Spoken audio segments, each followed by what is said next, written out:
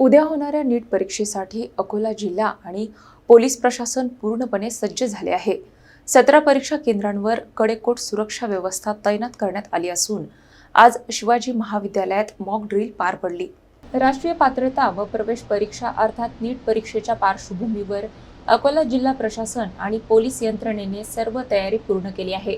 अकोला जिल्ह्यात एकूण 17 परीक्षा केंद्रांवर ही परीक्षा पार पडणार असून त्यापैकी 14 केंद्रे अकोला शहरात तर 3 केंद्रे मूर्तिजापूर येथे आहेत। यंदा एकूण 6538 विद्यार्थ्यांनी परीक्षेसाठी नोंदणी केली आहे। 2 दिवसांपूर्वीच नीटच्या प्रश्नपत्रिका भारतीय वायुदलाच्या विशेष विमानाने अकोल्यात आणल्या आल्या आहेत। परीक्षेच्या सुरक्षेच्या दृष्टीने अकोल्यातील शिवाजी महाविद्यालयात पोलिसांकडून मॉक ड्रिल आयोजित करण्यात आली।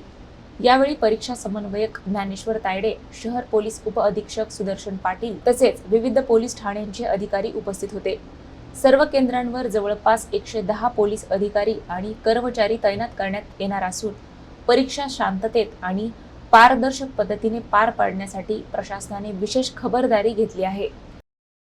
पोलीस प्रशासनामार्फत आपल्याकडे टोटल 17 सेंटर आहेत। त्यापैकी 14 सेंटर हे अकोला शहरामध्ये आहेत आणि 3 मूर्तिजापूर शहरामध्ये आहेत। त्याप्रमाणे आमचा बंदोबस्त त्या ठिकाणी डिप्लॉय झालेला आहे। जी आम्हाला आमच्या हेड ऑफिसकडून जी स्केल आलेली होती त्याप्रमाणे आम्ही बंदोबस्त डिप्लॉय केला आहे।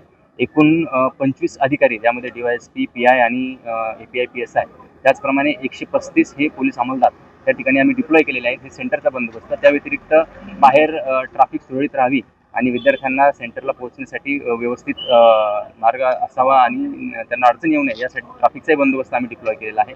अशाप्रमाणे जवळपास 200 ते 225 पूर्ण आमचा बंदोबस्त ऑन फील्ड उद्या असणार आहे। त्याचप्रमाणे जी फ्रिस्किंग होणार आहे उद्या, त्या ठिकाणी देखील आमचा बंदोबस्त असणार आहे। आणि सेंटरवर येण्यासाठी ज्यावेळेला ज्या क्वेश्चन पेपर्स किंवा जे काही मटेरियल आहे ते निघेल तर त्याच्यासोबत आमची एस्कॉर्टिंग पार्टी देखील असणार आहे। तर आम्ही एकत्र तिथे ते पेपर त्या जे म्हणजे आपले ड्युटी मॅजिस्ट्रेट आहेत, आपल्याकडे सेंटर सुपरिटेंडेंट असतात, ऑब्झर्वर असतात, त्याच्यानंतर CISFचे 2 पोलीस कर्मचारी सुद्धा असतात। कारण प्रत्येक सेंटरला एस्कॉर्टिंग करायला सुरक्षितपणे गेलं पाहिजे याकरता सर्व व्यवस्था तिथे केलेली आहे। आणि सकाळी ते पेपर दिल्यानंतर ते सेंटरला येतील। त्याच्यानंतर विद्यार्थ्यांची जी एंट्री असते ती 11 ते 1:30च्या दरम्यान असते आणि 1:30 पर्यंत त्यांना शेवटची एंट्री गेटवरती असते। त्याच्यानंतर ते त्यांना आपण एंट्री देत नाही। आणि वर्गामध्ये जी एंट्री असते परीक्षा हॉलमध्ये आपण ज्याला म्हणतो ती एंट्री 1:40 पर्यंत असते। कारण विद्यार्थी एखाद्या वेळेस जर 29-31ला जर आला तर त्याला त्याचं बायोमेट्रिक करायला, त्याच्यानंतर त्याचं फ्रिस्किंग होते, त्याच्यानंतर त्याचं रजिस्ट्रेशन प्रोसेस असते, त्याच्यामध्ये त्याला थोडा 2-3 मिनिट वेळ जातो। त्याच्याकरता त्याला आपण 1:40 पर्यंत एंट्री देतो। आणि जे विद्यार्थ्यांना कोणत्याही प्रकारचा त्रास होणार नाही अशा सर्व सुविधा आम्ही प्रयत्न केला की त्यांना पुरवला गेला पाहिजे।